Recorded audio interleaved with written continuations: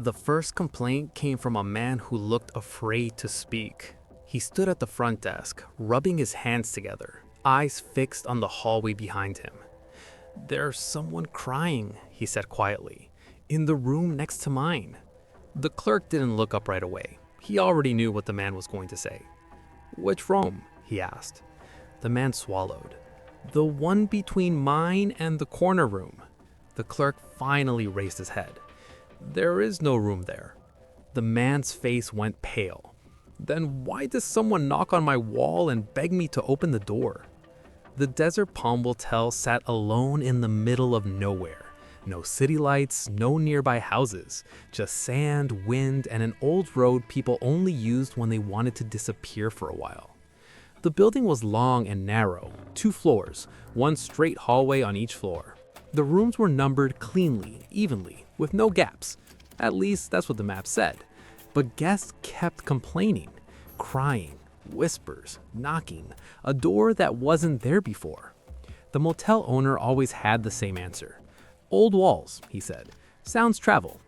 Most people didn't argue. They checked out early and never came back. But some stayed, and some never left the same. Lena Ward arrived late in the day, dust covering her car and exhaustion written all over her face. She was in her early 30s with tired eyes and a past she didn't talk about.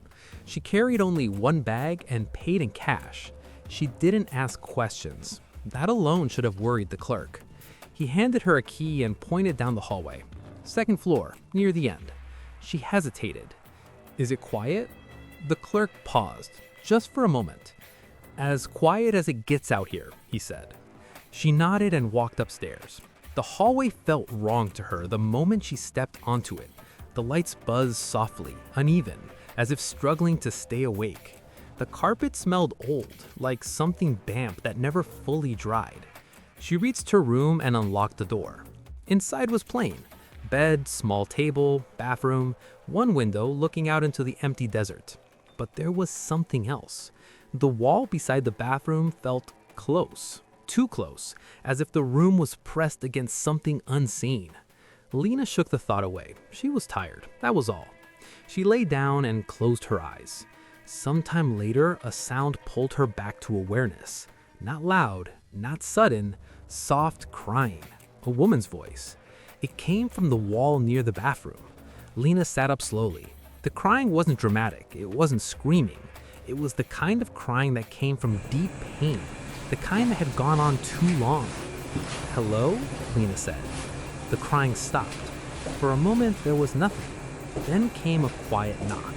From the wall, Lena's heart began to race. "Who's there?" A whisper answered. "Please, open the door." Lena stood up, every nerve tight. What door? Silence. Then the whisper again, closer now. "You're the first one who heard me." The next morning, the motel felt different. The air was heavier, the hallway quieter than usual. 2 guests were arguing with the clerk.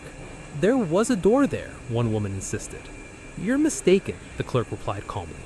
"There's no door." Another guest spoke up. "Then explain the knocking, explain the crying." The clerk's jaw tightened. "You're free to leave." They did. By noon, Lena hadn't checked out. The clerk went upstairs. He knocked. No answer. He unlocked the door. Lena Ward lay on the bed, her eyes open, staring at the ceiling. She was dead. There were no wounds, no blood, no signs of struggle, but her face told a different story. Fear was frozen into her expression, deep and final, as if she had seen something she was never meant to see. On the wall near the bathroom, faint marks could be seen, long scratches, like fingernails dragging across paint. The police were called. Detective Harris arrived later that day. He was a quiet man, used to strange cases, but the motel made him uneasy the moment he walked in. He listened to the clerk's story, the complaints, the noises, the missing room. "Show me the hallway," Harris said. They walked upstairs. Harris counted the doors slowly. 1, 2, 3. Something didn't add up. The space between 2 rooms was wider than the rest. Just a little, but enough. He pressed his hand against the wall. It was cold, colder than it should have been. The motel owner arrived soon after. Mr. Cole was an older man with tired eyes and the voice that shook when he spoke. Harris didn't waste time. "There was another room here," Harris said. Cole didn't deny it. "Yes," he said quietly. "A long time ago." "What happened in it?" Cole looked down.